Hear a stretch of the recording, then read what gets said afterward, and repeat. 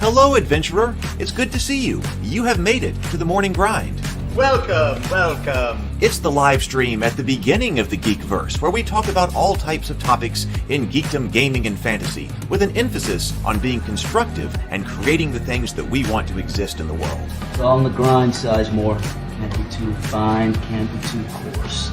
That's exactly right. There are a lot of adventures to be had today. Dungeons to explore and monsters to slay, and who knows what a random encounter might send our way. That's why we have to prepare, so settle in now for the morning grind with your favorite beverage in hand. Tea? Or maybe something a little stronger. I've got a few bottles of the old Wynyard left. Whatever you want. Pull up a chair. Dude. If you're feeling fancy, how about a cappuccino? Or a frappuccino? Or how about an espresso? Just tea, thank you. Sounds good to me, Gandalf. Whatever you want. I'm just glad you're here. Everyone is welcome. You can just watch if you want. You don't have to worship anything you don't want to worship. Thank you, Mike. But be forewarned. Sometimes we get really strange characters around here. Wait, what's that you say? Why can't you come and be a part of the stream? My wife would disown me. Oh no, I bet she'll be fine with it. Come on in. Am I scared for my safety? No. What are we supposed to do? Everybody do the secret handshake.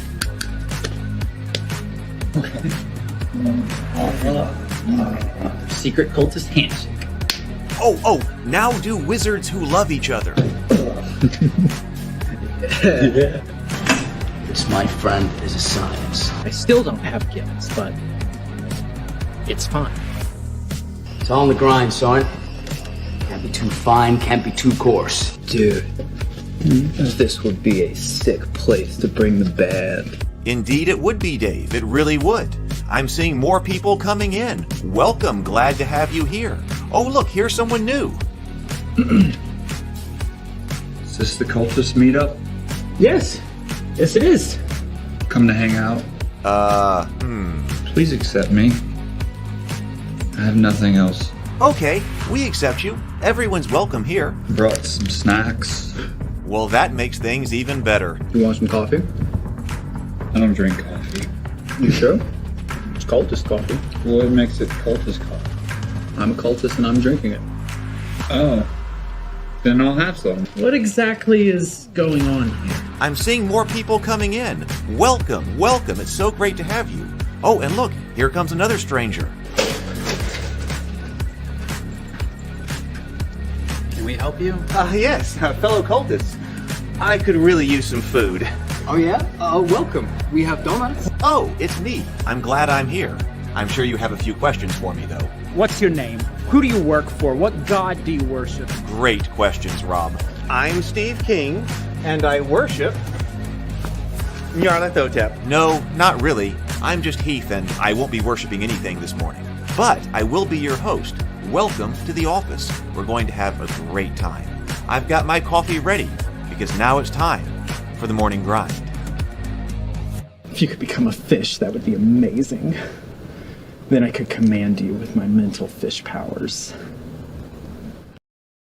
Hey, good morning, everyone. Good morning. Welcome to the office. Welcome to the morning grind. I was just saying in the chat that it's an audio-only kind of morning for me. I'm not exactly put together for a visual live stream this morning, so I'm going to be audio-only today. But that's all right. I'm here with you. In fact, I was a little bit late today. I realized that I'm often a few minutes late, but I was late this morning because I realized, I should totally put together this thumbnail for tonight, because Doug and I are going to be talking about the Star Wars Ahsoka this evening, 7:00 p.m. tonight. Doug and I are going to be talking about Ahsoka. Doug is a big fan of Ahsoka, the character. Was a big fan of the Clone Wars and Rebels. That's what she was in, the Clone Wars and Rebels. I had watched maybe some of both, but I think that I think it was Lou who was telling me that he thought that Rebels was fantastic Star Wars, and I don't know if I watched all of it or not, but I watched some of it. And then I watched Ahsoka, the first 2 episodes last night. So Doug watched it as soon as it came out. I watched Ahsoka last night, the show, and so we're going to see what we think about it. And if you would like to join us, I put the link in the chat so that you can come in here and click over there and click the notify me button. I think it's going to be a great time. Let's see. This morning, we're going to be taking a look at Rolemaster. I was looking at what other different kinds of RPGs do we still have on this list here. And Rolemaster is one of them. I don't know if this is exactly the most current copy of Rolemaster that's in PDF, but I have played it. It's been a while, though. Let's see what we got here. Good morning, James. Good morning. It's this audio only. We're all feeling kind of beat up right now. Hey, PH. Robert says, morning Wynyard sounds good.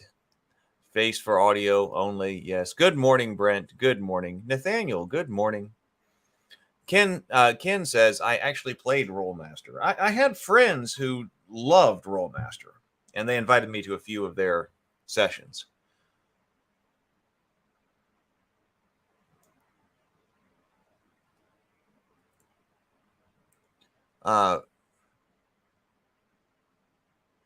When I got Rolemaster, PH says, I thought that every character had to have a pet. Huh. I still love the book covers. They do have a different, a very, different and unique kind of style to their look. Does tonight's table talk mean you resorted to Disney Plus, Heath? Well, maybe. And you guys asked that I go ahead and check out Andor, because I never saw Andor. So now might be a good time for me to also watch Andor. So we might have to do like a morning grind on Andor.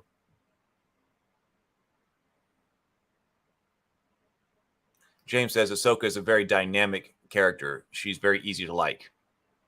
Oh, Sable Phoenix says what I've seen of the Ahsoka series is pretty bad. So we will see. So that's going to be our topic for tonight. I was not as familiar with Ahsoka as I think I remember. I remembered her, but I just don't. I don't know how much of those series I watched. Oh, resubbed.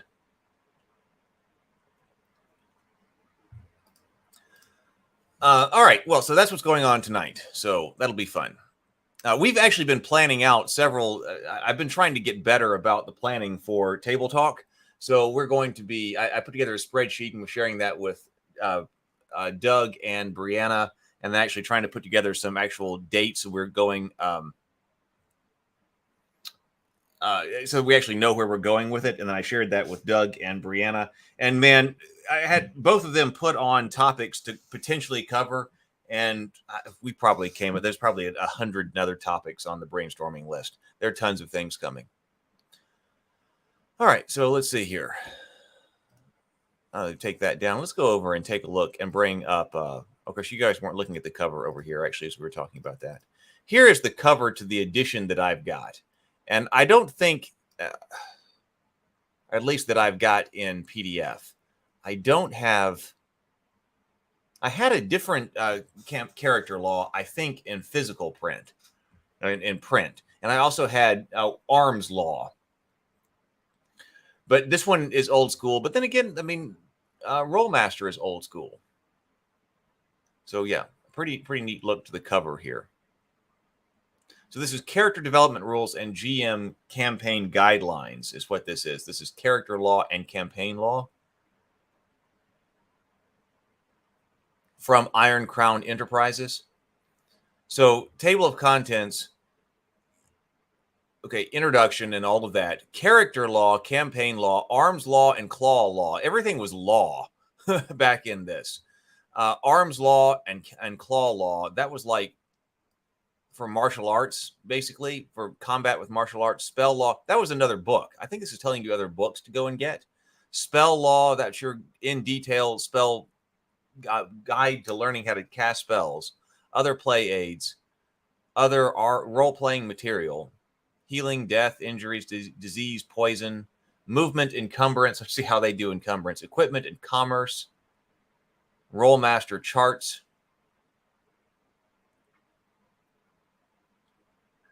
So what is this? Table of content. Campaign law, table of contents. character law table of contents.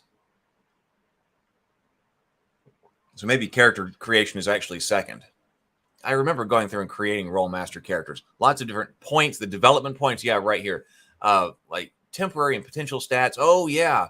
Development stats, primary stats, stat bonuses, skill ranks, professions, which is like our classes, experience and advancing levels, race and culture, background, keeping track of a character, the role of a character, generating characters, non-player characters, and adapting character law. Optional rules. Well, now we get campaign law table of contents again. Setting up the campaign, plants, cultures, animals. Lots of stuff in this. I wonder if we have, surely we've got a character sheet in here. Let's see if I can find one easily. Let's see if it's in the back. Oh, we should take a look at actually the back of this. So it says character law and campaign law is a complete character development system that also includes extensive campaign and game master guidelines for the myriad factors that can arise in an FRP environment. Character law and campaign law provides any game and improves any game and serves the core of ICE's highly acclaimed fantasy role-playing system, Rolemaster. Now reformatted and reorganized, second edition. Okay, so this is the second edition. Second edition character law and campaign law can add realism and depth to your campaign without sacrificing playability. It's your guidebook to running a campaign in a complex living world. Character law and campaign law provides 20 different professions, character classes, and over 5 dozen skills, a unique trait development system that allows a character to increase his ability in any skill without absolute restrictions, a stat system that employs both temporary and potential stats, detailed guidelines and charts for healing, injuries, death, poisons, herbs, movement, encumbrance, equipment, commerce, etc., guidelines covering all the elements of campaign dynamics, geography, cultures, economics, myths, languages, warfare, encounters, non-player characters, and much more. A variety of optional rules to add further depth and detail to a campaign and character development. Oh yeah, Shadow World is their world, right? Rolemaster gamers now have an entire fantasy world at their fingertips. Shadow World products form a rich fantasy environment for Rolemaster and fantasy hero game systems. The self-contained adventures may be used as isolated or hidden areas in the Game Master's campaign world. The completely reformatted Rolemaster system also includes spell law, the magic system that improves any fantasy role-playing game. Spell law has over 2,000 spell descriptions based on 3 realms of power and 15 professions. It says it does have alchemy rules. I don't remember anything about the Rolemaster alchemy rules. Spell attack and failure tables and unique spell learning structure. Okay, arms law. So I guess arms law, that was like, that's weapons. So I don't think that was all that. I guess that's martial arts broadly defined. The arms and animals combat system. So I think that does include swords and axes and pole arms. These fast-moving rules. Fast-moving, it says. It says Rolemaster here is fast-moving. 30 critical tables for different weapon strikes, as well as detailed creature attacks for beasts, both real and mythical. Martial arts rules are also included. This is where you're saying, Rolemaster has a lot of provisions, especially in combat, for partial success. So in order to do that, it has all the tables. We talked about that. This was an old school way of doing that. So partial success is a thing in here, and it wants very detailed partial success, especially for combat. But in order to do that, it doesn't expect you to adjudicate that at the table. It does that by having all these tables pre-written for you. We need to breathe and sip. I wonder if there's somebody already in the comments saying that we need to breathe and sip. Let's do it.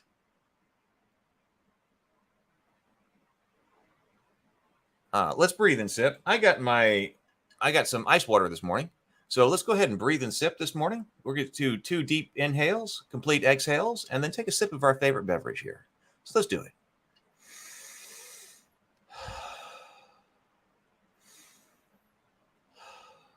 And sip.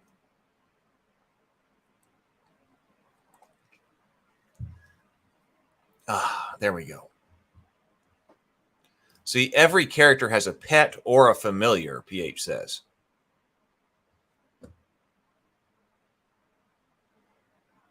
On the covers? Or they have excerpts from the other books because you need like 6 or so other books.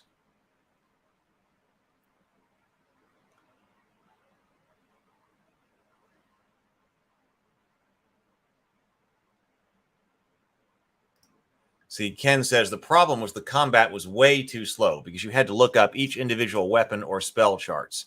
They lie. See, that the friends who really enjoyed playing Rolemaster said you had to really organize your combat. They had like the bookmarks and flags and things like that you could in their books for all of their weapons. You couldn't just be turning. Let me go find that. You had to have that ready. Like everybody had to have everything turned to their like all flagged and bookmarked to their particular weapon so that you didn't spend all that time doing that. I need a character sheet.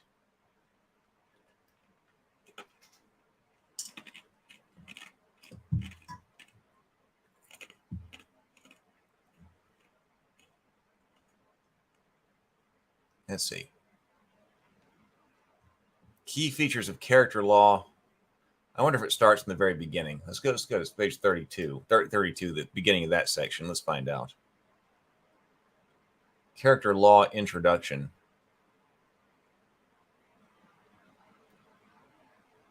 I don't see it. Well, maybe we'll find one in here.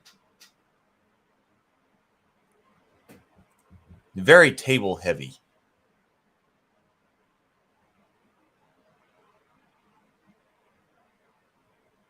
Yeah.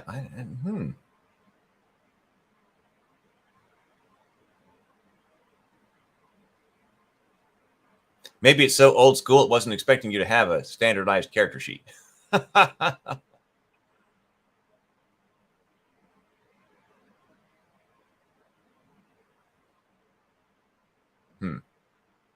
Okay. Well, where to start then?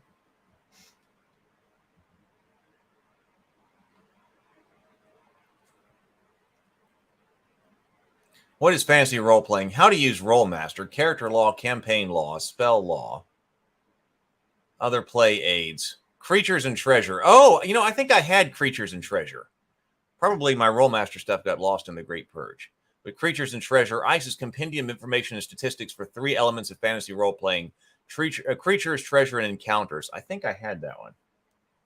I don't really know anything about Shadow World. Now, of course, Middle-earth role-playing we've been over.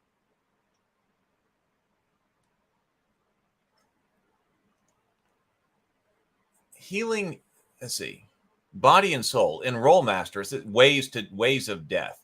Healing, injuries, and death. The challenge of adventure brings risk of death, injury, or death. This heightens the sense of danger and makes the rewards of successful adventuring all the much greater. A taste of fright starts the adrenaline running.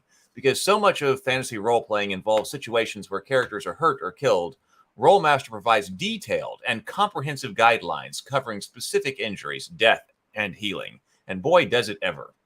These rules revolve around certain basic principles and assumptions. Body and soul. In Rolemaster, life is a union of body and soul. The body is a physical, or in rare cases, enchanted construct, which accommodates the intangible soul or spirit. In turn, the soul gives a body life. Without a body, a soul dissipates and cannot interact in normal affairs. Absent a soul, a body is little more than an unordered organic sculpture destined to rot away. Ways of death. Death occurs when the body can no longer function. It cannot convey the soul, or the soul is destroyed. Typically, the body ceases to operate when it receives a specific wound or series of wounds, for example, a critical strike, or shuts down to pain or system shock due to hits. Once the body quits working, the soul will eventually depart. When the soul separates from the body, any prospect for recovery are remote. What a way to talk about death and dying. Because injuries and death are central to most fantasy role-playing games, a game master should develop a comprehensive healing system for his world. This is a factor that controls how many and how often characters die permanently and how much they are out of commission healing. There are a number of means of healing. Healing spells, so that does say spell law, provides a complete set of spells for healing by clerics, animists, healers, and lay healers. Healing herbs. The use of healing herbs or drugs form one of the prime components of a well-rounded healing system. These cures augment the service of physicians and some herbs and even stimulate the effects of certain spells by producing miraculous cures. They are also portable, and they also usually more available than high-level healing spells. The game master can experiment with the numbers and prices and effects of herbs he feels are necessary for the game. We've got a wide sample of herbs and enchanted herbs, breads, and poisons located in section 7.3.6. The character sheet was shipped separately in that book, Ken says. So that's why I'm not finding. Sable says, in old school games like this, fast and dynamic combat just meant that everything had a table, so you didn't have to memorize the numbers yourself. I guess, or adjudicate it yourself. I don't know. I'm not familiar with rifts. PH says, at the time, waiting to find out what happened was part of the experience and fun of playing Rolemaster. It didn't feel slow because we had not much to compare it to. Yes, and Middle-earth role-playing is a simplified Rolemaster. But you can take Rolemaster, and you could expand Middle-earth with it.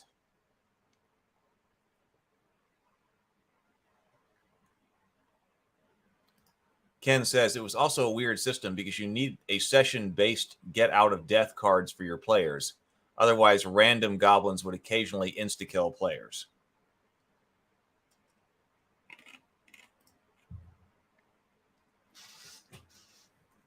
One day, if we get to try out combat systems, we should try that. So, medicine and first aid. Of course, a game master should not ignore the mundane results of medicine and first aid. These services are often equal to the task of healing minor injuries or reducing a burden of major wounds. See, Character Law Section 14.14 describes the secondary skills for first aid and animal healing, and as well as natural healing.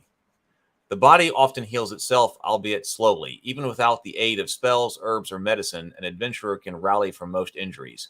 The healing recovery chart below gives the recovery time for a variety of injuries.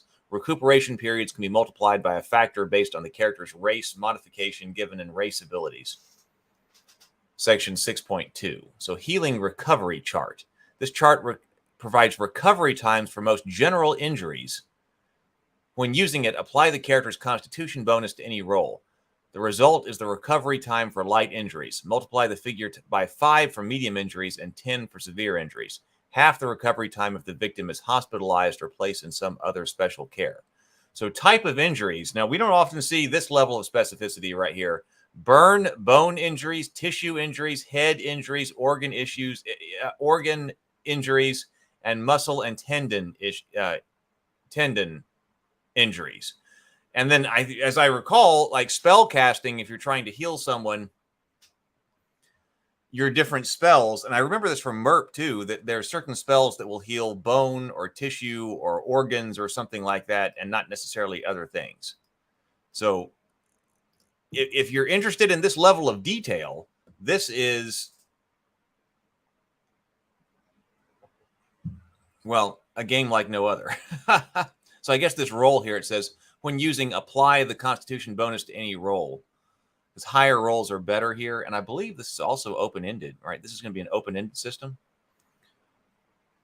So I guess this is rolling for like individual injuries, how long it's going to take to heal that.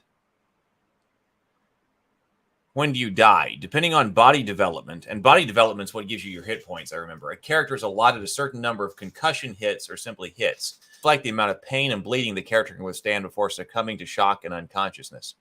Once a character receives a sum of his hit points equal to or greater than his concussion hit allotment, he passes out due to body shock. If a character receives more concussion hits than the sum of his total hit points plus his constitution stat, he begins to die. After a number of rounds equal to his constitution is divided by 10, rounded off, the character dies. This process of dying can be halted by lowering the number of hits on the character below the critical point.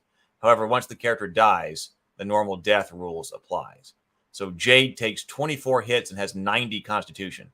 He receives 125 hits after a few rounds of brutal fighting. Well, that does not sound good. 24 hits, 125 hits. That sounds like some brutal fighting.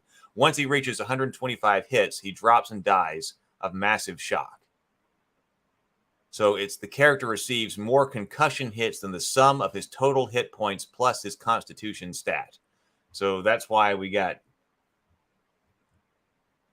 24 hit points plus 90. So 114. So taking 125, that's more than that. So that's important to remember. It's your total hits plus your constitution stat. So you got quite a few of these. Obviously not enough in Jade's case. Dungeon Master says that level of detail gives me Asperger's. Death due to critical strikes, major wounds. A character can also die due to a major wound or wounds. Occasionally, a mortal blow or combination of blows will fell a character who has not yet received the number of hits necessary to send him into unconsciousness. In all of these cases, an attack or accident results in a critical strike, which specifies damage to a particular part of the character's body. Should the character's critical strike description specify the effects are fatal, the character dies in the prescribed manner at the appropriate time unless someone or something intervenes. So, for example, Arguinkle the Ranger gets drunk and falls off a camel. Okay. He gets drunk and falls off his camel. He rolls. Wait, is this him right here? Oh, yeah, it is. So there he is. He is fallen off his camel, guys. He rolls a fall crush attack appropriate to the situation. And although he takes a few hits, he receives a critical strike. He rolls again. The critical strike description states that he hits his head, fracturing his skull, and that he will die in 2 minutes, 12 rounds, unless someone repairs the damage in less than 2 minutes. Arguinkle is a goner. So, man, poor Arguinkle the Ranger. He fell off his camel and was dead 2 minutes later.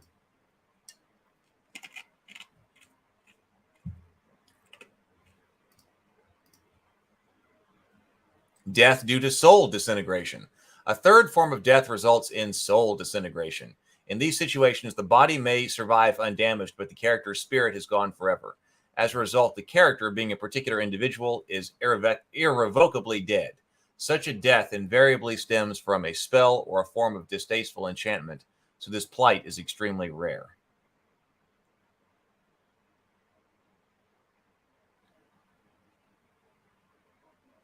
Quite a lot about death here. The effects of death.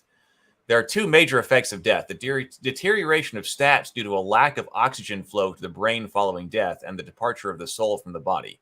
Spells or herbs can halt the process of dying at any point. A preservation spell or its equivalent medicine halts the deterioration of stats, while a life-keeping spell stays the departure of the soul from the body. See spell law for the specific descriptions. Healing the cause of death also halts both effects, but does not reverse them. If the cause of death is healed before the soul leaves the body, the person is alive and functional.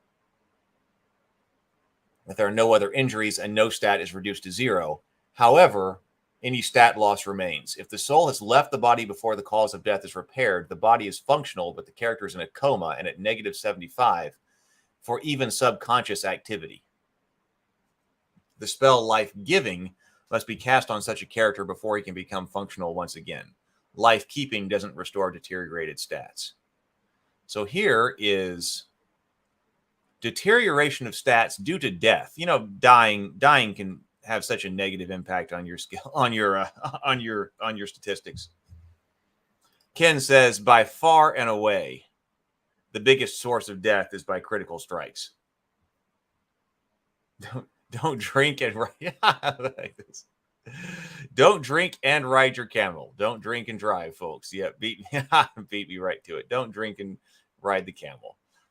As far as by far and away, yes, he was riding a camel but didn't make it over the hump.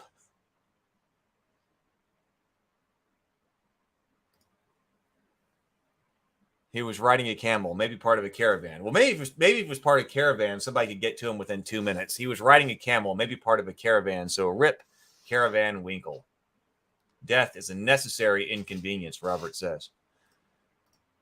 So the mental stats, memory, reasoning, self-discipline, empathy, intuition, presence, deteriorate first. Each round after a character dies, roll for each mental stat and consult the stat gain table in character law. The column used is as follows. Column 1 for rounds 1 to 6 after death, column 3 for rounds 7 to 18 after death, column 6 to 7 for the other rounds after death. The results in this table are the amounts by which the stats are reduced. Initially, only the temporary stats are reduced, not the potentials. We do have, your current stat and then what is possible for you to actually get to. Every hour after a temporary stat is reduced to 0, the potential for that stat is reduced by an amount rolled on column 6 to 7. 60 rounds, 10 minutes after death, physical stats, strength, constitution, agility, and quickness begin to deteriorate. Each hour roll on column 6 to 7 of the stat gain table 15.1.2 in character law for each of these stats and decrease 1 by the amount shown. As with mental stats, a physical stat cannot fall below 0.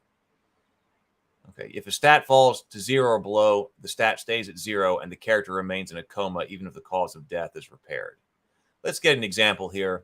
Snide Pucker the Rogue dies after eating a poisoned bagel. Uh-oh.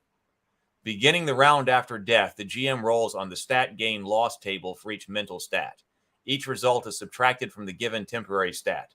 Soon, Snide Pucker's temporary memory stat reaches 0. All further rolls regarding memory act to reduce the potential memory stat. 60 rounds after death, the GM begins the same process for Snide Pucker's physical stats. He will continue to roll on the stat gain loss table until all potential stats fall to 0. That's a lot of rolling to kill a character. That's a lot of rolling. During battle, a game master should keep track of how many rounds pass between death and the halting of the death process. Then, after the resolution of the battle, he can make the calculation for stat reduction. Oh, so that's part of the very quick and lethal, the quick combat that we were just talking about. That yes, you got to calculate all of this and make all these rolls, but just do that after combat. That way, it remains fast. Normally, 12 rounds, 2 minutes after death, a character's soul leaves his body. The first time will vary depending on the race of the dead character. Once it departs, the soul can only be returned. Once it departs, the soul can only be returned. Once it departs, the soul can only be returned through the use of a powerful spell or herbs.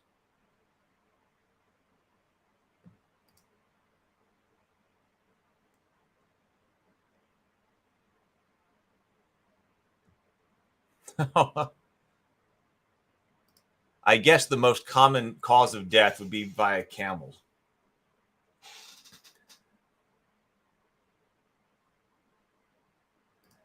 Sable Phoenix says, dude, Camel Falls, poison bagels. The world of Rolemaster is a bunch of daytime shopping advertisement.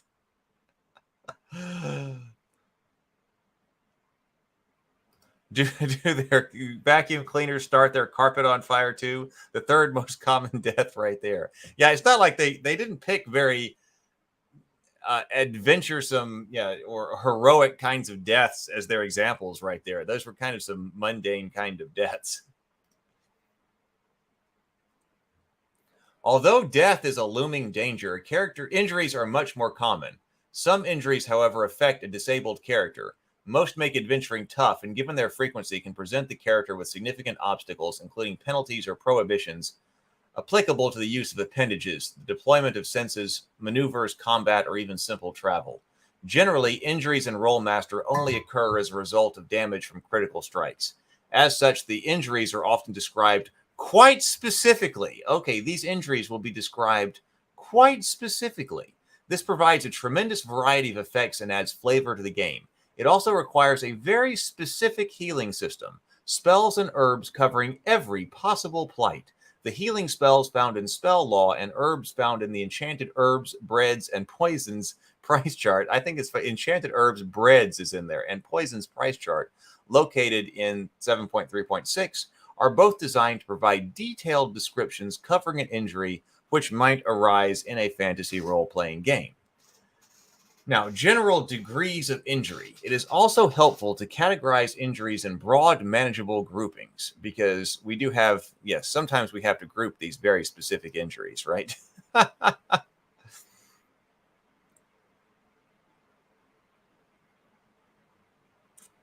Ken says this is something that I liked. It's just too much to keep track of. Hey, good morning, Andrew.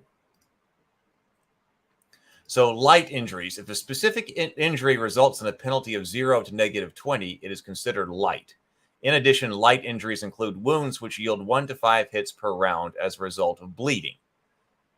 Medium injuries. Specific injuries which result in penalties of -21 to 50 are considered medium severity. Medium injuries also include wounds which yield 6 to 10 hits per round as the result of bleeding. I had forgotten about the hits per round. So not only you can take certain hits, but yes, injuries can cause bleeding and give you a certain number of hits per round. Fractures with an unspecified penalty are medium injuries. Severe injuries. Should a specific injury result in a penalty of -51 or more, it is severe. In addition, severe injuries include shattered bones and wounds which yield more than 10 hits per round as the result of bleeding. Any wound which destroys an organ, such as an eye or kidney, or renders it inoperable for more than 1 day is also considered severe. Yeah, heel. I was talking about this. Rogue Thinker says, yep, heel nasal passage is one of my favorite. Memory is fuzzy on Rolemaster, though. Right, that your spells then, like it says, you have to have a very specific healing system. And like your spells would get that specific, like, all right, yeah, heal nasal passage or something like that. Very, very specific. Even after an injury is treated, however, recovery is rarely instantaneous. The game master must still consider the effects of wounds after treatment. For instance, how long does it take to recover? Will there be any permanent damage? For instance, a lowering of the stat. What effect does the wound have on the character while he's recovering? The form of treatment for a given injury is normally prescribed by the description of the wound or by the explanation of the spell, medical technique, or herb employed. For instance, some injuries are healed by spells with descriptions that require the victim to remain immobilized during treatment. Certain herbs must be administered with external compress, which cannot be jarred. Whatever the treatment, the procedure should be followed, lest the treatment fail. First aid. Oh, we got an example coming up here. First aid can be employed by virtually anyone, but has limited effectiveness. Essentially, the actor must make a successful static action in order to aid the victim. This role is modified by the actor's first aid secondary skill. Anyone having a 0 in first aid skill ranks operate with a skill bonus of -25. First aid skills enable a character to heal any light injury so long as he utilizes the necessary equipment, such as a compress and bandage for light bleeding, that is, splints or slings from light sprains or fractures. In addition, this skill can be used to slow or halt the effects of medium or severe injuries. For example, you can reduce any bleeding rate by 5 hits per round or more if you use a tourniquet. You can set a medium fracture and stop any associated deterioration. First aid is generally ineffective when dealing with medium or severe nerve or organ damage. In healing this manner, the victim cannot engage in any activity that might strain the wounded area without losing the benefits of first aid. For instance, the victim probably cannot move at a pace faster than a walk without re-injuring himself. Okay, we got 2 examples coming up. Most spells and some herbs specify recovery time. When they do not, they use the healing recovery chart, which gives some suggested recovery times for general injuries. As a general rule, the recuperation period for multiple injuries equals that of the worst wound plus half the cumulative recovery time for other concurrent wounds. Example: as the result of a swindle, Henri moves into an unsound tower. Uh-oh, that doesn't sound good. A storm erupts, and the tower collapses in the wind. Henri receives a severe head wound, recovery time 30 days, a medium bone wound, recovery time 6 days, and a light tissue wound, recovery time 1 day in the ensuing fall. Assuming he is healed, his total recovery time is 33.5 days. 30 plus 3 plus 0.5. Poor Henri. Yes. That did not sound good. Severe head wound probably did him in anyway. While recovering, a character's penalty gradually declines. To determine the rate at which the character returns to normal health, Divide the penalty by the recovery time in days. The result is the daily reduction in characters' penalties. Round off any fraction and apply any leftover penalty to the amount recovered the first day. If the recovery time is less than or equal to 2 days, the game master may wish to determine recovery time on an hourly basis. Of course, why not? If we got down to within 1 day, why wouldn't we go ahead and move down to an hourly rate of recovery time? Why not do that? Example, Henri received a total penalty of -70 as a result of his plunge. I guess that's like negative penalty to all actions and things like that. If his recovery time is 33.5 days, he divides 70 by 33.5, yielding a restoration rate of 2.09. He rounds this to 2. So Henri's penalty is reduced by 2 each day of recuperation. Since 2 times 33.5 equals only 67, there's a 3 remainder. This applied to his first day of recovery, meaning that Henri's penalty is reduced by 5 during 1 day. When an injury description specifies the organ, appendage, etc. is useless, the penalty is considered -100. Recovery usually begins when the area is healed. Sable Phoenix says, it is a daytime ad. The whole game is. Is your tower unsound? Now avoid critical head injuries with the new improved roof brace. Trademarked. Ken says, I'm just going to say this. Although this game has really, really interesting character classes, spells, and adventures, don't play it. Heroic battles of trying to get home and eat. Hopefully there wasn't the poison bagel. Even if the roof didn't collapse, maybe there was a poison bagel inside. I have not heard of this one. Ken says, Gary Gygax's second game, Dangerous Journeys? Did Rolemaster better than Rolemaster?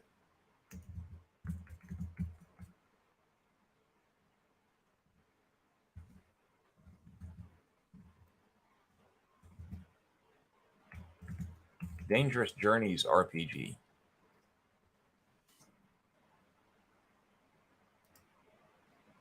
We'll have to find that sometime. Oh, it says this was publication date 1992. Just look that up on Wikipedia.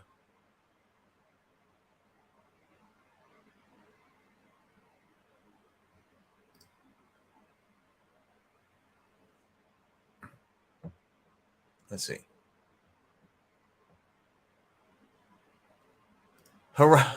Heroically spend months in bed, hoping you don't choke on your pillow. Though if you could computerize the computations, it might actually be playable. Well, that's actually what I was thinking about that as I was sitting here reading this. It's like, this seems like something that would go in, that you could, if you wanted it, to put it into a computer system, if you were trying to do something like a text-based adventure or something like that, or some multi-user dungeon or something like that, the rules might accommodate that. But once you got past character creation and Dangerous Journeys, the game moved pretty fast, unlike Rolemaster. Huh. We'll have to take a look at that. I can make a note of this over here. We've actually been moving through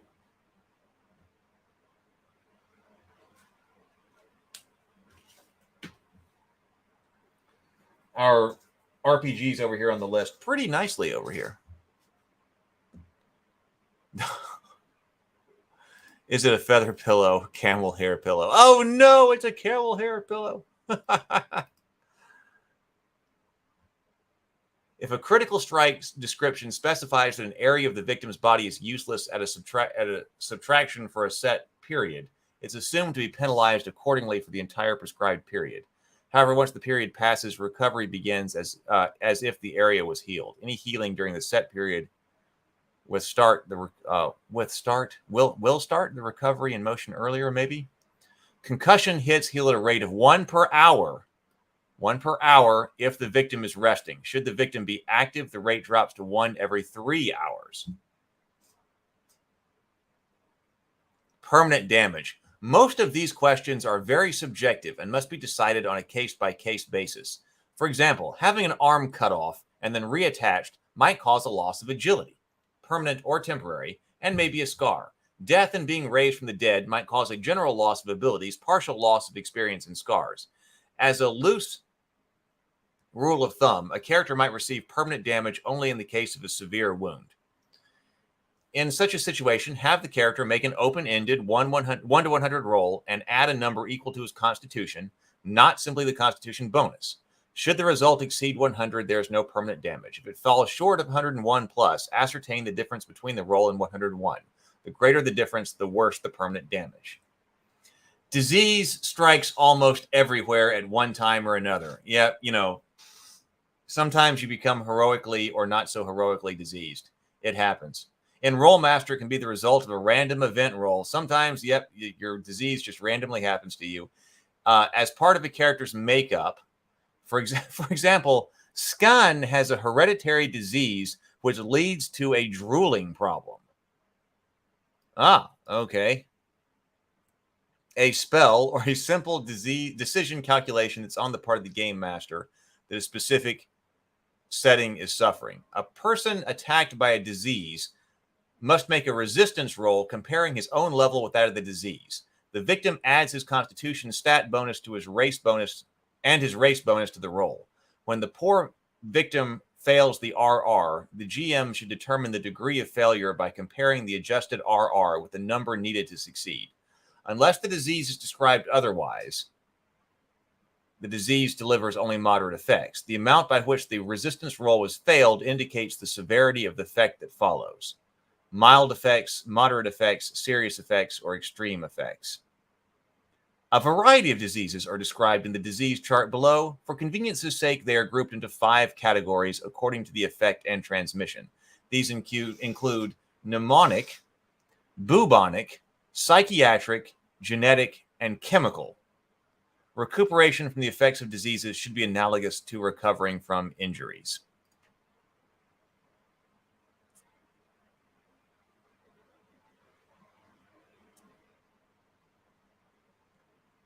I bet they consulted a doctor for all of this, James says. A plague doctor. A camel doctor. PH that says, I believe that Rolemaster is well balanced. A player freely chooses their actions and accepts the consequences imposed by the automated systems.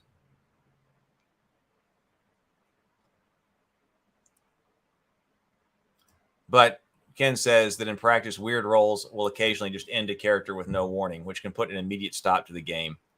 And new character creation is not fast. It's not fast in here. I remember that. New character creation takes upwards of 3 hours. Necromancy may result in some side effects, including body odor. Necromancy may result in body odor. Oh, yeah, that's not good. Body odor, gangrene, and repeated unlife. Poisons, like diseases, poisons add spice and intrigue to the game. That's exactly what I was just thinking about diseases. I was like, we need some more spice and intrigue to the game. Let's get everybody diseased. I was just thinking that. But we can also add some spice and intrigue with a poison. Some characters use them to coat weapons, while others perish after ingesting a tasty but poisonous draught. Their hidden dangers are frightening. Poisons come in many forms. A variety is detailed in the poison chart below. Specific poisons are listed in enchanted herbs, breads, and poisons. We're going to have to check that out. We're going to have to check out enchanted herbs, breads, and poisons price chart located in RM section 736. In both cases, they are grouped into 6 effect categories: circulatory, conversion, muscle, nerve, reduction, and 6 respiratory. Handling resistance rolls versus poisons, handle that according to the disease resistance rolls above. Recovery from the effects of poison should proceed in a manner similar to recovering from injuries. For more on poisons, please see Creatures and Treasures, section 2.5.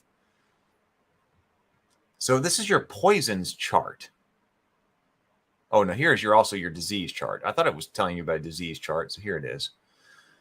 But your poisons chart. The following chart delineates the impact of 6 categories of poisons based on the severity of effect, severity levels. Effects are cumulative, so a victim beset with 2 impairments, one reducing his activity by -15 and the other by 25, is actually at -50. Effects are cumulative. You're at negative. I wonder if that's supposed to be -40. A victim experiencing serious effects must also weather moderate and mild effects. The effects of upper level severities include all the lower severity effects in the same category. Time and effect. The time which it takes an effect is variable. However, greater effects cannot precede lesser effects, although they can be simultaneous. A GM should roll the time for the severest effect first, thereby dictating the upper limit for lesser systems. Area of effect. The area affected by a poison often varies as well. Sometimes the victim's actions or the attack dictate the point of entry and the area first affected. A maneuver of critical strike indicates the snake injects the nerve poison in the victim's leg, for instance. But occasionally there will be no indication of the initially affected spot. In this case, use the following location chart. For circulatory poisons, your areas affected in order of suggested sequence include feet, legs, hands, arms, abdomen, chest, neck, and then head. For conversion, use kidneys, bowels, intestines, stomach, liver, lungs, heart, throat, brain, legs, arms. Muscle should proceed in the order of hand, arms, shoulders, feet, legs, hips, jaws, nose, ears, eyes, bowels, and then heart. Nerve, extremities, eyes, mouth, brain. Reduction, kidneys, bowels, intestines, stomach, liver, lungs, heart, throat, brain, legs, and arms. And then respiratory, lungs, throat, then brain. I'm glad they wrote all this down so you don't have to remember all this.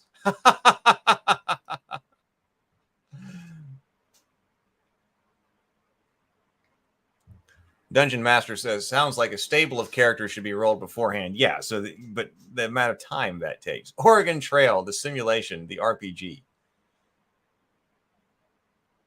Just a random bloody sword there in that chart. Very appropriate. Yep, down here. Yep, there we go. And that's for diseases. Oh, yep.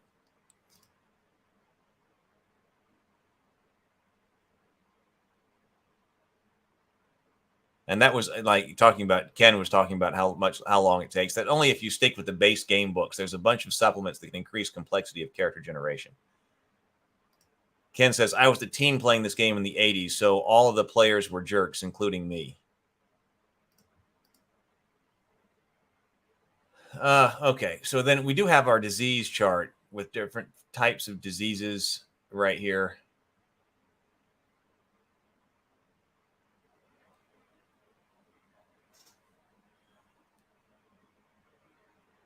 Oh my God, stride modification chart, movement rate chart. Okay, wait a minute. A character's movement rate is given in a given round is based upon his base movement rate, his pace, and possibly a maneuver roll.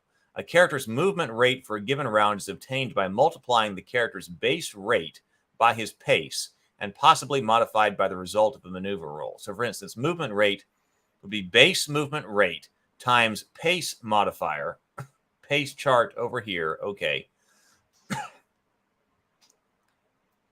times maneuver result divided by 100. The assumptions made for this movement system are a 100 quickness for a 6-foot tall common man. The common man will result in a world-class sprinter. A 100 quickness, that's your stat. So if you have a 100 quickness for a 6-foot tall common man, that will result in a world-class sprinter. And 2, the average character, quickness 25 to 74, walks at 3.43 miles per hour. Okay, the base movement rate for the average common man, not just the common man, but the average common man. You can't get more basic than that. I am a basic average common man. Is 50 feet per round. This can be modified by specific characters by a number of factors. A quickness stat bonus, any race stat bonus modification, any armor quickness penalty, a stride modification, and an encumbrance penalty. Each character should be able to calculate several standard base movement rates for various situations, carrying all equipment, carrying weapons and armor only, having dropped backpack, etc. That way you have all of this with you. That's part of why character creation takes so long. Quickness stat bonus. The chart below can be used for obtaining the base movement rate due to stat alone. Simply use the character's quickness stat. The resulting figure is the number of feet the character can move at walking pace in a 10-second battle round, assuming he is healthy. Assuming he's healthy. I mean, it doesn't sound like that's going to be likely. based on what we just read. But assuming he's healthy, unencumbered, and has no armor maneuver penalty, movement rate chart. Quickness stat bonus, base movement rate right there. Now, some GMs may wish to use the average of quickness and agility when using this chart. And people thought Dungeon Crawl Classics was impractical due to all the numerous charts.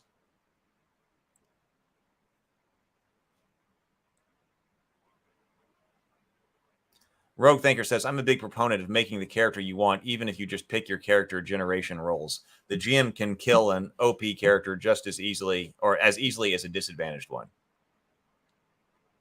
Ken says, we finally came up with a heroic action system. You got 2 cards or poker chips, and you could use to nullify a critical strike against you or a critical failure.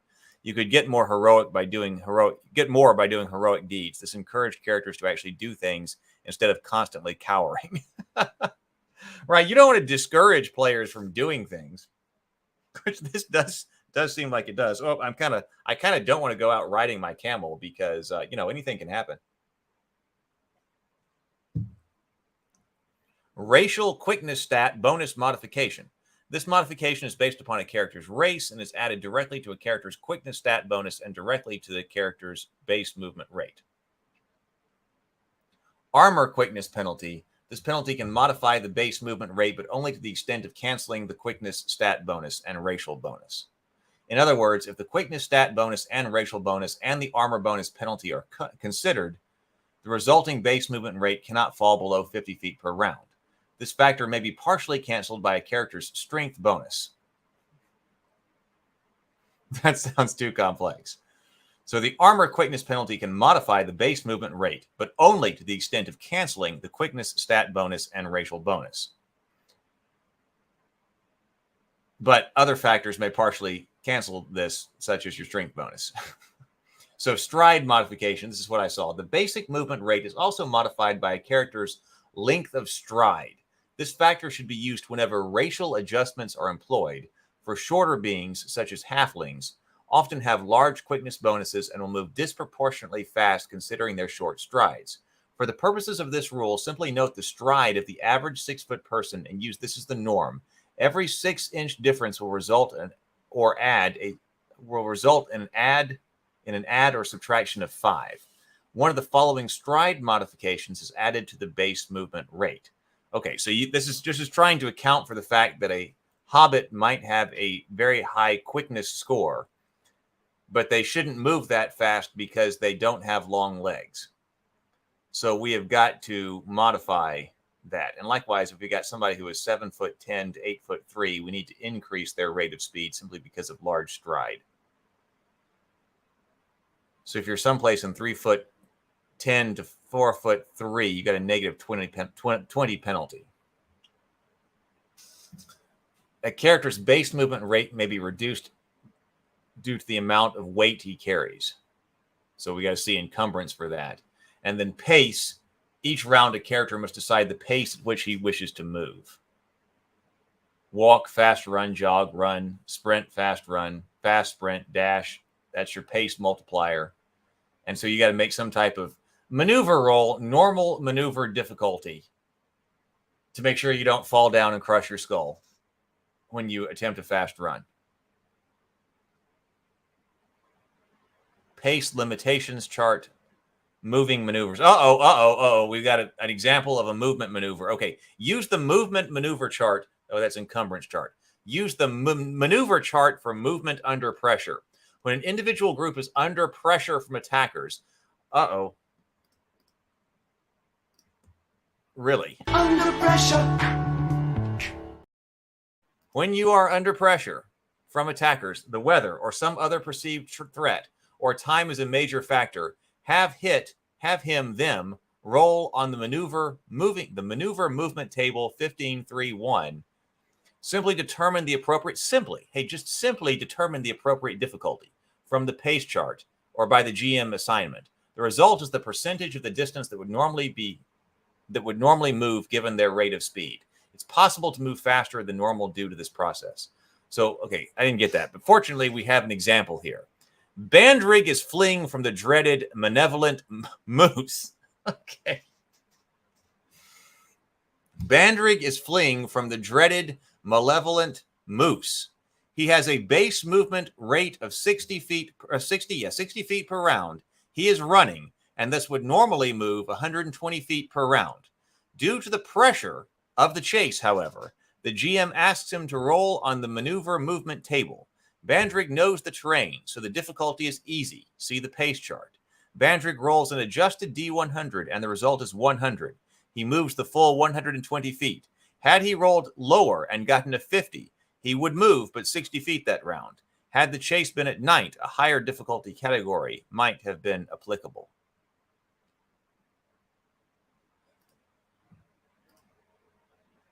A moose bit my sister once.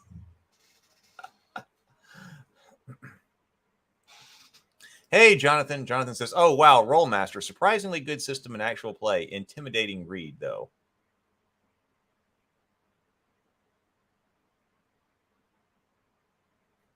Not the malevolent moose. It's even worse than the cantankerous camel, which killed us earlier. Already got one ranger out of here. Well, let's see. We got encumbrance loads right here. The following steps should be taken to calculate encumbrance penalties. Calculate the normal body weight for the character. Calculate the character's body weight allowance, 10% of his weight. Determine how much dead weight in pounds the character is carrying. This is his load. Divide the load by the weight allowance. Use the encumbrance penalty chart using the chart below. Determine the encumbrance penalty using the chart below. Number of weight allowance units in load and your encumbrance penalty. We do have rules for exhaustion here as well, of course. Movement under extreme conditions in rough terrain and or accelerated rates will increase fatigue. For this reason, we include rules for exhaustion at this point. We also include provisions for exhaustion due to melee and bowfire. Exhaustion due to pace. Oh, this guy's really upset that... well, no, I guess he killed this thing.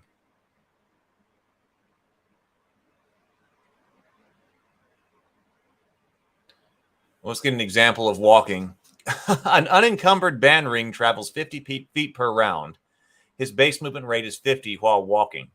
His constitution is 90, so he can walk for 2,700 rounds, 450 minutes without rest, but would be totally exhausted thereafter. If he were to sprint, he could move at a rate of 150 per round, but he would exhaust his 90 exhaustion points in 18 rounds, 3 minutes. At that pace, 5 per round times 18 rounds. If Bandrick were moving in a breastplate, and with 3 times the weight allowance load, his base movement rate would be reduced to 20 per round, and he would have to sprint in order to cover 60 feet per round. When fighting, a character necessarily expends more energy than he would when walking. Thus, the following expenditures should apply. Melee, 1 for every 2 rounds. Missile fire, 1 for every 6 rounds. Concentration, 1 for every 6 rounds.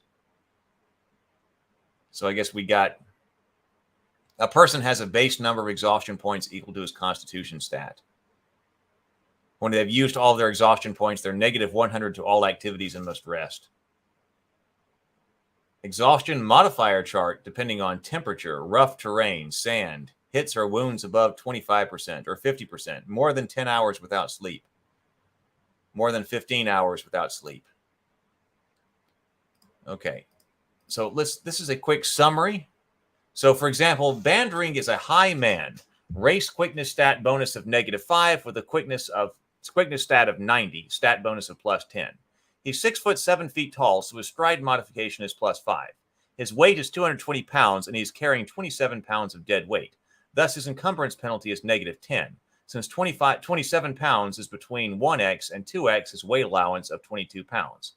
10% of his weight is 220 pounds. His strength of 85, bonus of +5, plus his race strength stat bonus, +10, will cancel this encumbrance penalty, but it will not add anything to the base maneuver rate. Bandrig wears AT-14 with a standard quickness penalty of -10. I believe that's something about armor right there. This armor penalty is reduced to -5, since 5 of this penalty is canceled by his strength bonus of +15, and because his encumbrance penalty is only -10. His armor QU penalty can never exceed -5 because his total QU bonus is only +5. So his base movement rate is 55, which is equal to 50, his standard movement rate, +5 stride modification, +20 quickness. I guess that's quickness stat bonus. -5 racial quickness stat bonus. -10 encumbrance penalty. -10 armor penalty. +5 stat strength bonus. +10 racial stat strength bonus. Did everybody get that? Everybody with me there? That's a lot to say that his standard is 50, right? His standard movement rate is 50. Please do all this calculation to come up with his basic movement rate will now be 55. That was going around the world to get back to basically close to 50. This is some simulation.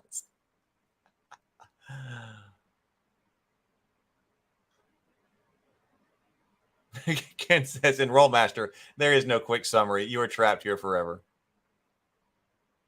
Jonathan says, yeah, but honestly, we always thought that every rule was optional here in Rolemaster. Oh, really? It says this was the game of choice for the heavy RP crowd in my FLGS back in the 80s. Like I said, I had a group I was talking about earlier that a group of friends who really loved this. I played with them a couple of times, I think. But, when they played, they always played Rolemaster. Equipment and coinage.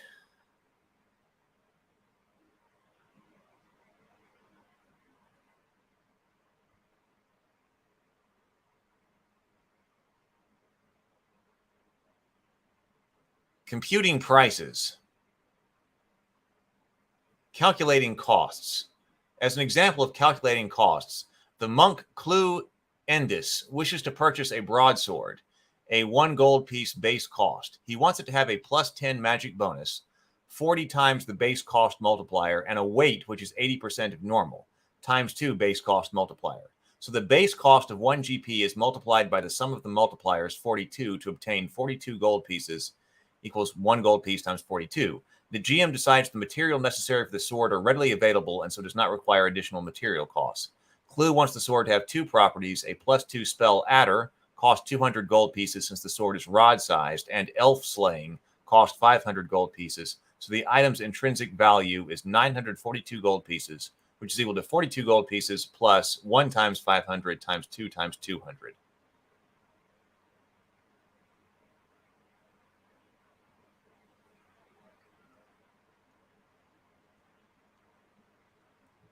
Enchantment properties, it looks like, for weapons. I'm going to go through here. How much time have we got?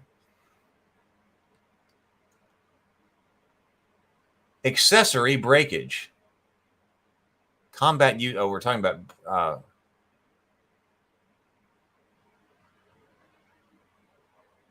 in both cases, combat. This procedure, so combat use breakage. This procedure simulates the breakage of items used in combat. Breakage during combat can occur in 1 or 2 instances. 1, an attack totally misses its target, but no fumble has occurred. 0 hits delivered. Roll again to determine the exact breakage situation. 1 to 50, no chance of breakage. 51 to 75, the attacker's weapon strikes defender's shield. Roll breakage. If defender has no shield, treat as strikes defender's weapon.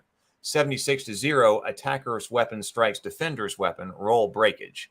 Or 2, a critical result indicates a specific area or item struck. If an area is struck with no equipment covering it, there is no chance of breakage. In both cases, the attacker's equipment weapon strikes a piece of the defender's weapon, shield, or equipment on a specific area of the body. A breakage roll must now be made to determine which piece of equipment breaks. 1, both, or neither. This depends upon the roll, the breakage factor of the equipment, and the strength of the equipment. This roll is a 1/100 open-ended roll that is subject to modifications in special circumstances. Of course. Why wouldn't we modify for special circumstances? Equipment will break in the following cases. The roll is greater than the BF. What was that? Breakage factor? Breakage factor of the equipment with the lower of the 2 strengths. If the roll is greater than the breakage factor of the equipment with the lower of the 2 strengths, the weaker equipment breaks. If both pieces of equipment have the same strength, then if the roll is over the breakage factor of only one of the pieces of equipment, that piece breaks. If the roll is over both breakage factors, the piece of equipment with the lower BF breaks. If they are equal, roll again. 1 to 25, both break. 25 to 100, 26 to 100, neither breaks. Breakage of helm, weapon, or shield results in the loss of the item and the appropriate unprotected damage results in any future critical. Breakage of armor results in an absence of protection in any given for future criticals, but does not entail a total loss of armor. For example, Nander the Dragon Herder attacks Mirage. Nander wields a mace, item strength of 65, breakage factor of 250 plus, while Mirage uses a scimitar, item strength of 60, breakage factor of 150 plus, and carries a normal shield, item strength of 45, breakage factor of 155 plus.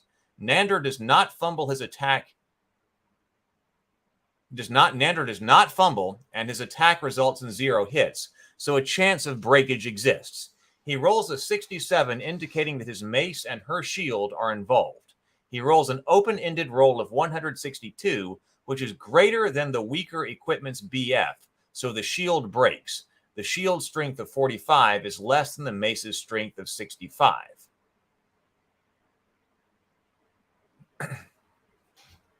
He rolls to what the breakage factor? He rolls an open-ended roll of 162, which is above the breakage factor of the scimitar. Oh, no, I'm looking at the shield here. Excuse me. Which is above the 155 of that shield, but not of the mace. He rolls an open-ended roll of 162, which is greater than the weaker equipment's breakage factor, so the shield breaks. The shield strength of 45 is less than the mace's strength of 65. Suppose that Nander's attack delivered a critical strike. He rolls a crit, and the result indicates that he hit Mirage in the head. Mirage wears a pot helm, item strength 55, breakage factor 120 plus. Since the mace is stronger than the helm and the unmodified roll of 162 exceeds the pot helm's breakage factor, the helm is broken.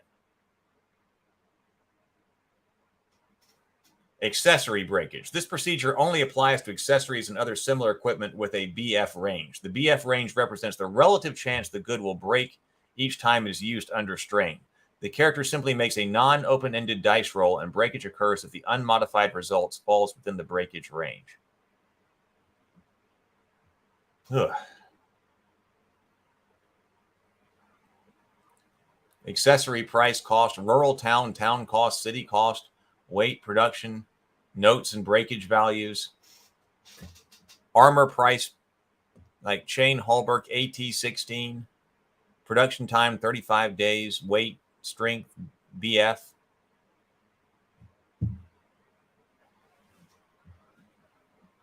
Food, lodging, and service prices, transport price costs, weapon price cost. Of course, we are very specific on the weapons in here. We got a bunch of them, all which will require their own tables for attack tables. Oh, look, here's enchanted herbs, breads, and poisons. We've been looking for this. Let me go over here to the comments.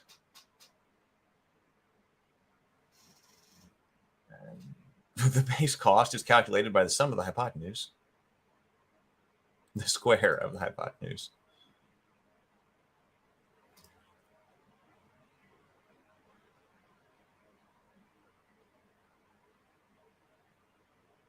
Yeah, see, yeah, Jonathan is agreeing with Ken. Says, yeah, folks being fearful the high end of the crit tables was always the Achilles heel of Rolemaster, I think.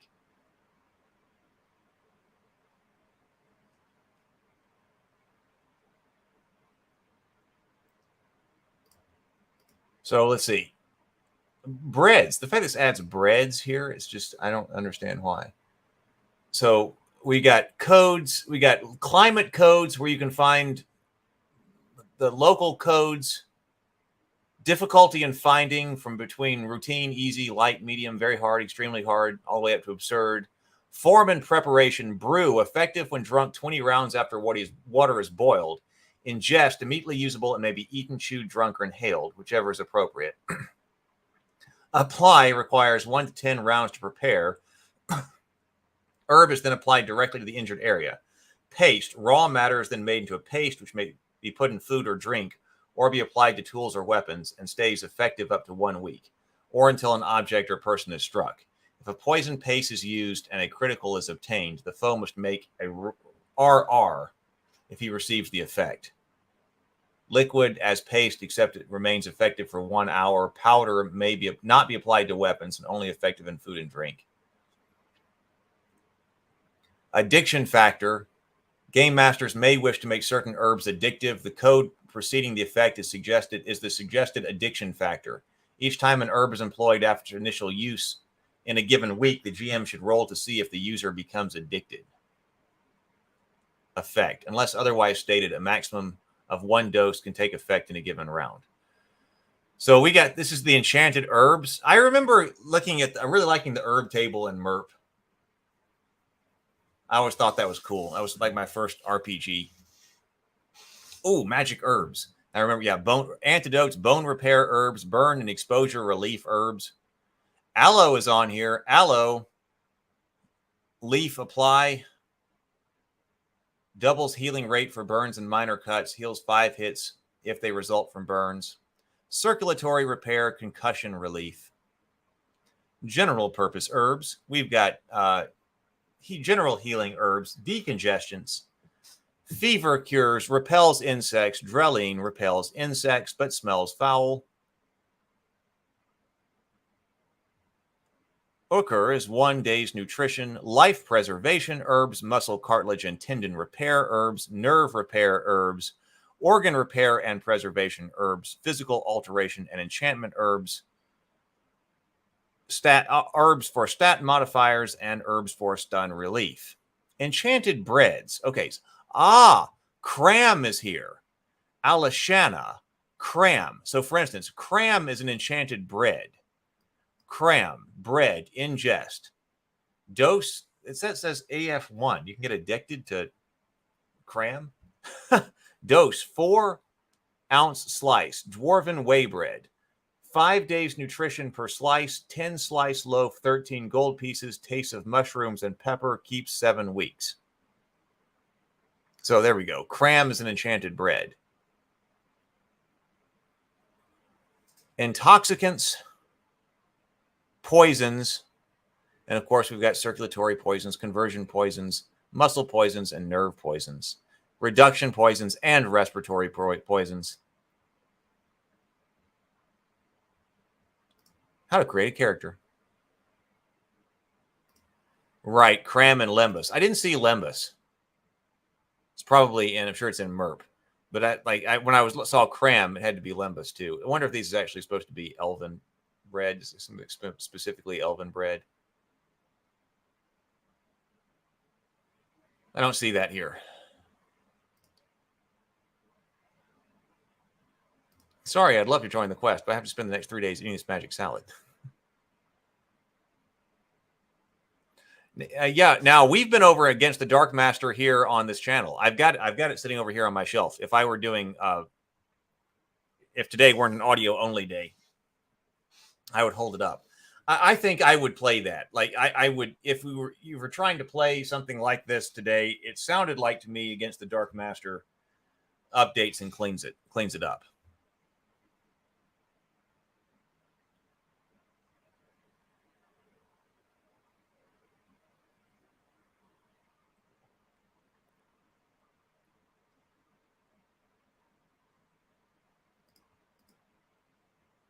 Let's see. I don't know. Do we even get into this?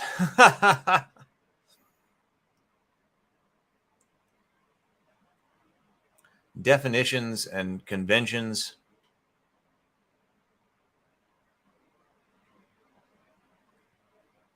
How to use character law.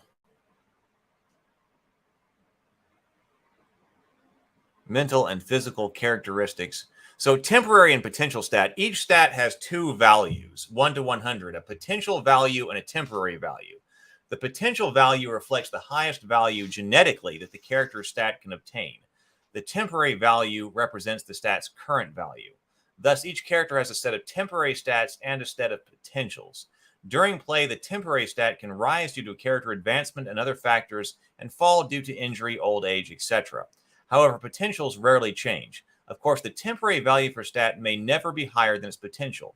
Note that a character's stats do not always increase beyond their starting level. 2 months of adventuring does not necessarily accomplish what 18 years of youthful exuberance failed to do. So we've got constitution, agility, self-discipline, memory, reasoning.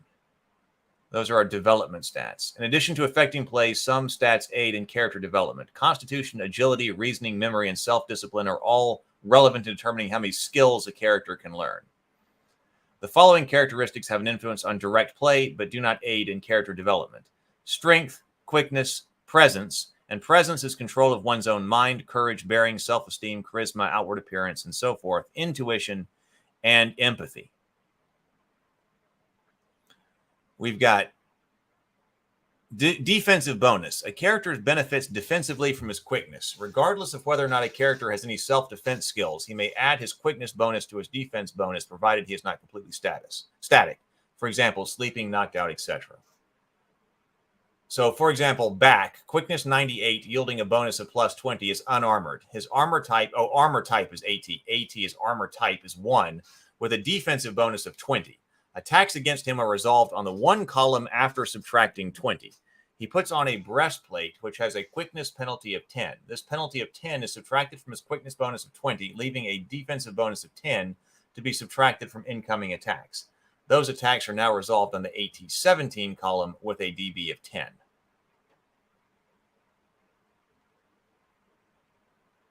Determining total hit points. Start with a base hit point total equal to Constitution divided by 10, rounding up. Each time the body development skill rank is increased by 1, add 1 to 10 hits to the base hit point total up to the racial max plus Constitution bonus. The actual hit point total is equal to your basic hit point total plus your basic hit point total times the con bonus divided by 100, rounded up. So, for instance, Back has a Constitution of 90 and a base hit point total of 14. His Constitution bonus from table 15.3 is plus 10, or 10% of 14 is 1.4 rounded to 1. So we can take 15 total hits, although his base hit points remain 15. Back goes up in experience level and rolls 2 more 10-sided dice, D10, for his hits and gets 2 plus 8 additional hit points. He adds these to his base hit points 14 for new base hit points of 24 before modifying again for Constitution. He can now take 24 plus 10% of 24 equals 24 plus 2, 26 total hit points. Note that it is necessary to keep track of both the final total and the base number to date to calculate hit points anew whenever the result changes. Note that also a change in Constitution may change the total hit points and the character by changing or eliminating bonuses. I'm exhausted. We need to talk Heath into DMing this for us. Gee.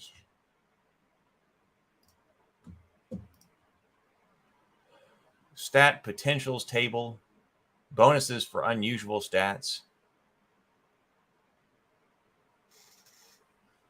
Skills and ranks. Character. See, I remember. Yeah, see I remember this character development table. So here's like your profession. So, for instance, fighter, prime requisites Constitution and strength, maneuvering in armor, soft leather, rigid leather, chain and plate, weapon skills, general skills, climbing, swimming, riding, disarm traps, lockpick, stalk, hide, perception, magic skills, spell list, runes, saves and wards, channeling, directed spells, special saves, ambush, special skills, ambush, linguistics, Adernal moves, Adernal defense, martial arts, body development.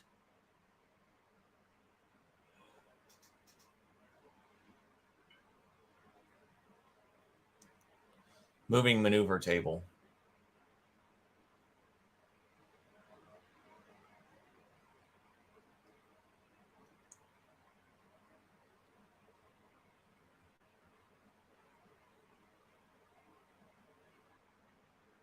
There's how to learn spells. I think I'm done here, guys. I think we've just about covered it. That's our dive into Rolemaster.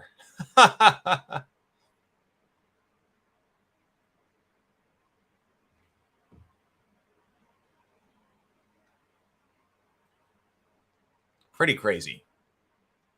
But it's got its followers. I noticed that the Iron Crown Enterprises website, I went to it, check it out before I went here.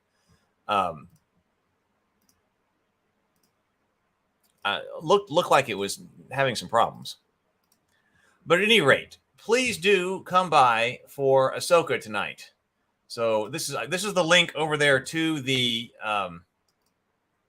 Table Talk new channel. So here's the link to Ahsoka Table Talk tonight. This is tonight. Come by. That channel needs some watch time. So if you're just planning on watching, of course you can. It's hooked up, so of course your chats and comments will come through too. I'm simultaneously streaming it to this channel and over there to that one.